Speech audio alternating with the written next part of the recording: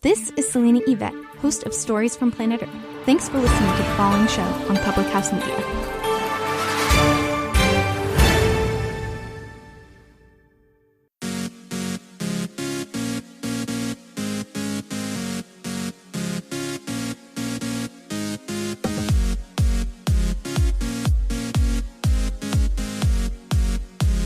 Be brave. Go suck at something. Hello, welcome to Choose to Rise. I'm so glad that you're here with me today, and I hope you found the humor in that quote. Be brave. Go suck at something. It is a great idea to want to try something new. It is a great idea to evolve and do great things. It is hard sometimes to try new things outside of our comfort zone, and it is hard sometimes to do things that we know we're not necessarily good at. But I want you to be brave today and go try something new. Go do something out of your comfort zone. Go give something a go that you maybe wouldn't have tried otherwise, and go suck at it, right? It is okay for you to not be great at everything. In fact, it's really healthy for you not to be great at everything in life, and to understand that failure is actually a really good thing for you. I mean, it can be super difficult to get back up when it feels like you're constantly being knocked down. I completely get that. That's what we're all here about on Choose to Rise, right? Rising up out of our current situation, getting back up, even though we failed, even though that life seems to be stacked against us, even though we seem to be always getting knocked down. But blow after blow, we keep trying to trudge through things when our failures and our experiences in those failures are really those moments of success, those moments of growth, those things that are going to help us be stronger as we go through life, and will help us be better individuals in the process. Everything that you've experienced up to this point has prepared you for this moment, and has prepared you for your future life as well. So whether you are feeling like you're failing at a new venture in life, whether you feel like you're failing at a new relationship or career, or maybe you've tried to pick up a new hobby and it just seems to be more difficult than what it might be that you thought it was going to be, I would say stick with it. I would say keep working on it and figure out what it is specifically that you need to get better at. Instead of really looking at the failure as like, this is a stopping point, a stop sign, I want you to think about it as a yield sign. I want you to start thinking about failure as an opportunity to learn versus an opportunity to turn around and go a different direction. Oftentimes we start to internalize these failures, we start to internalize these situations, these stopping points. And that little voice in the back of our heads tells us, you failed, you're a loser, you should stop doing this. But really, I want you to take that voice over. I want you to give that voice up. And I want you to really start focusing on a different little voice in your head. I want you to start focusing on the little voice that tells you, keep going anyway. I want you to put my voice in your head and that says, you can do anything you set your mind to, which includes failing. If you believe that failure, that not being able to do something is a bad thing, then that's what you're going to believe, and that's how you're going to experience life. But if instead you think about failure as in not being able to do something, by definition, as something that you're able to grow from and learn from, you're going to go so much farther. So the first thing I want you to think of is like, did you learn something? If you've not yet failed, you have not yet learned anything. So I want you to think about like a baby learning how to walk, right? Or learning how to feed themselves, or anybody learning how to do anything. You're going to not do well the very first time. But would we ever tell these children to stop? Like, don't even try. Like, you're just going to hurt yourself. You should just stop there. You're not any good at it right now. Oh, you fell down. Like, you shouldn't try to get back up again. Heck no, we wouldn't do that. In fact, we encourage, we support, we cheer them on when they do something. We say, oh, you fell down. Let's get back up. Let's get back up. Or they're trying to feed themselves for the first time. Like, we laugh, we take pictures. It's a fun thing, right? So if you have not failed, you have not found 10,000 ways that it won't work. If you have failed, Thomas Edison says, if you have failed, you just found 10,000 ways that won't work. You can apply this to all areas of your life. I am constantly failing in how I do things. I'm constantly trying to learn new ways of experiencing life and situations and doing things differently. My job is constantly evolving, and I love that because I get to learn how to define new success every single day. Now, there are some things in life that, you just need to get better at in order to keep going. And if you do keep running up against a brick wall and like you're just like beating your head against it, it might be time to choose a different path. But you've learned in the process that that probably isn't the spot that you need to be in. And living life with simple trial and error will help you learn to experience what's valuable in your life. You'll learn to experience about what you want in your future, and you'll really you'll start to do something with it.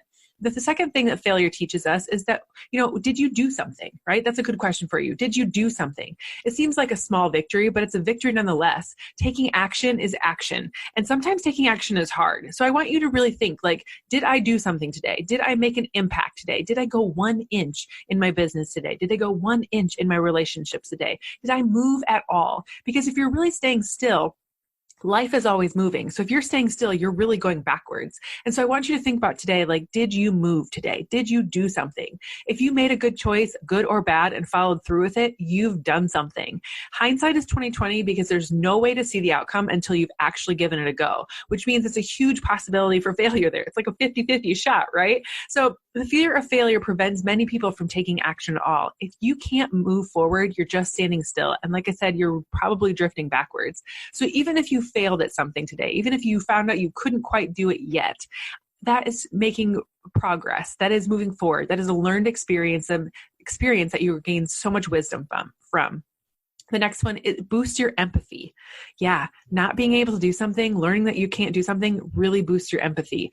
While failing doesn't always feel good, it actually feels downright awful sometimes, like depending on the situation, but it also helps you relate better to others. We've all shared struggles to accomplish what we set out to do. We've all had failed at something in our life. We've all experienced some sort of pain or discomfort or whatever it might be. Experiencing failure is a part of the human condition. And when that people around us have very similar experiences, we are called upon them to relate to them, and we can get through things together. This increases our empathy and our ability to help other people, or at least understand them, and while they cope with getting back to continuing their fight. I usually think about this as like our journey class has come together and shared our stories, right? Shared our journeys of life. And we were talking about it in that a lot of our stories included the negative things that have happened to us, right? The struggles that have happened in our life.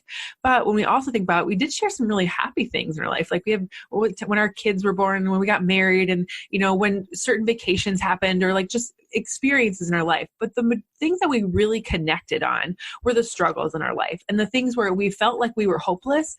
But when we were able to hear everyone else's story and we could understand that everyone else struggles too, we were able to come together in a bond in that way. And we have empathy for each other, but we also have a connection with each other. And we're able to relate to one another on a better level, a deeper level, which helps us understand that we're not alone, and that when we struggle, we can overcome things because they've overcome things as well. So we're much more inclined to provide support for people. We're much more apt to having a deeper relationship with people when we feel like we're not alone in our struggle. And we're much more likely to get back on our feet when we know other people have done so as well. So sharing your story, talking to people about what you're struggling with, definitely helps you come together in a better way to be a whole, more well-rounded person in the end. The next thing that failure does for you is it makes you humble. It really makes you humble. It's easy for success to go to our heads, right? We can get overconfident. We can let our ego get inflated. We can have, a lot of that can cause a lot more harm than good. Experiencing failure really humbles us. It kind of brings us back down a notch, right? It really helps us maintain that perspective in life that success, while available to everyone, is not going to be something that's automatic for everyone. And success is fleeting, and achieving it takes some balance and luck and hard work and all the things, right? But being humbled by failure helps you maintain success because you know what it's like to not have failure. You know what it's like to prevent yourself from getting overconfident and risking everything that you've worked for. When you get overconfident, you start to not do as much work because you think you've arrived. Where when you are always working on something, where you're always keeping yourself in that humble, hungry state, you can definitely keep working and you'll continue to climb. It's kind of like that we were talking about earlier, where you stand still, you stop moving. And if you stop moving, you're going backwards. So staying in that humble, hungry state helps you make sure you're constantly climbing forward and continuing to move through life. The last thing that failure does for you is that it's motivating, right? Not the last thing, I guess. Next blessing, it's motivating. Failure, I don't know about you, but when I get defeated in some sort of way, I come back hungrier the next time. When I can't do something, I try again until I get it done. That's just my personality. But while each of us experience failure as either a blow to our emotions, our ego, or sometimes our lifestyle, it can be super motivating to get back up and try again. Failure can make you want success even more and can inspire you to work harder and create more and to achieve more. It can also motivate you to work hard to maintain that success because you don't want to feel like a failure ever again. I've been stuck in that place. I hit a really high business goal 2 years in a row, and this last year I did not hit it. Now, I'm in a much better space personally and mentally to know that not hitting that goal does not defeat my worth, does not diminish my worth. But I also know that I'm always going to keep growing. And I'm looking at different metrics now to define my success. Is my team growing? Is my income growing? Are we doing things? Are we helping more people? Versus shiny objects that are on a pedestal, right? So always keep moving, and it keeps motivating you to maintain your success or to keep going, and so you can gain success again. Once you gain success we've been working for, it can be a career, a relationship status, a commitment of some kind, a completion of a project we've been working on for a really long time. It's easy to get relaxed and to kind of go into that lazy approach of like I said, that kind of arrived scenario. But just because we've reached our final goal doesn't mean that we can stop working or that we should stop working. We need to keep moving forward because, like I said, life is running at a fast pace. And if we stop moving or we slow down, we're going to get consumed by it.